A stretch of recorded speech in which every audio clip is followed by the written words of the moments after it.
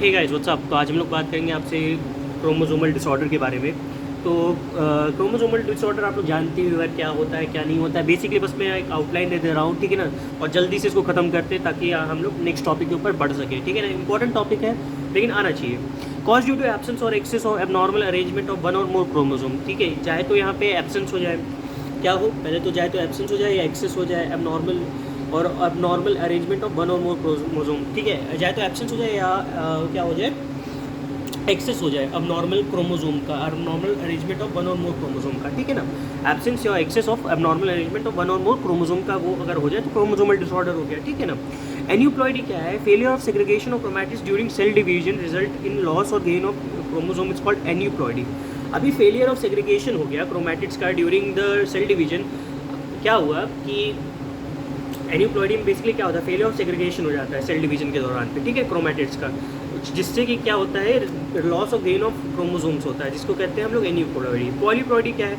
Failure of cytokinesis after telophase stage of cell division. Polyploidy में basically cytokinesis का failure हो जाता है after telophase stage of cell division, result in increase in a whole set of chromosome in organism. Polyploidy में basically cytokinesis का division नहीं हो पाया आफ्टर टीलोफेज, तो क्या हुआ, एक सेट का पूरा आपका क्रोमोसोम बढ़ गया, होल सेट ऑफ क्रोमोसोम बढ़ गए ऑर्गेनिजम्स में, ठीक। इसकी क्या क्या हो सकता है? 3 तरह के सिंड्रोम बहुत ही कॉमनली हमें पढ़ाए जाते हैं, तो उसका नाम लिख देना एग्जाम्पल करके। तो डाउन सिंड्रोम हो गया, first describe by Langdon down, occurs in trisomy और 21 क्रोमोसोम। डाउन सिंड्रोम के बारे में डिटेल से भी बात करूंगा आपसे, ठीक है ना। बेसिकली जान लो कि ट्राइसोमी और 21 अभी के लिए जान लो, इतना इंपॉर्टेंट है। मेंटल रिटार्डेशन हो जाता है, पार्शली ओपन माउथ होगा, ब्रॉड पाम होगा, फरो टंग होगा, स्टन ग्रोथ होगा। बच्चा मतलब कि मेंटली रिटार्डेड हो सकता है, उसका मुंह हमेशा खुला हुआ होगा, उसके पाम्स जो है ब्रॉड होंगे। उसके अलावा फरो टंग होगी, फरो मतलब टंग में फरो आपको समझ में आएगा, स्टन ग्रोथ होगी। क्लाइनफेल्टर सिंड्रोम में आप लोग जानते हो XXY क्रोमोसोम वाला होता है, तो occurs due to presence of extra X chromosome. Individuals having is a male having female character, तो मेल इंडिविजुअल में फीमेल कैरेक्टर आगे, जैसे गायनेकोमेस्टिया हो सकता है, इन्लार्जमेंट ऑफ ब्रेस्ट हो सकता है। डीजनरेटेड सेमिनिफेरस ट्यूबुल्स के प्रॉपर्ली डेवलप नहीं होंगे। लो हेयर बॉडी में मतलब कि मान लो उसकी बियर्ड अगर आती होगी तो वो नहीं आएगी, ठीक है, इस तरीके का। पर्सन जो है स्टेराइल रहेगा ऑब्वियसली।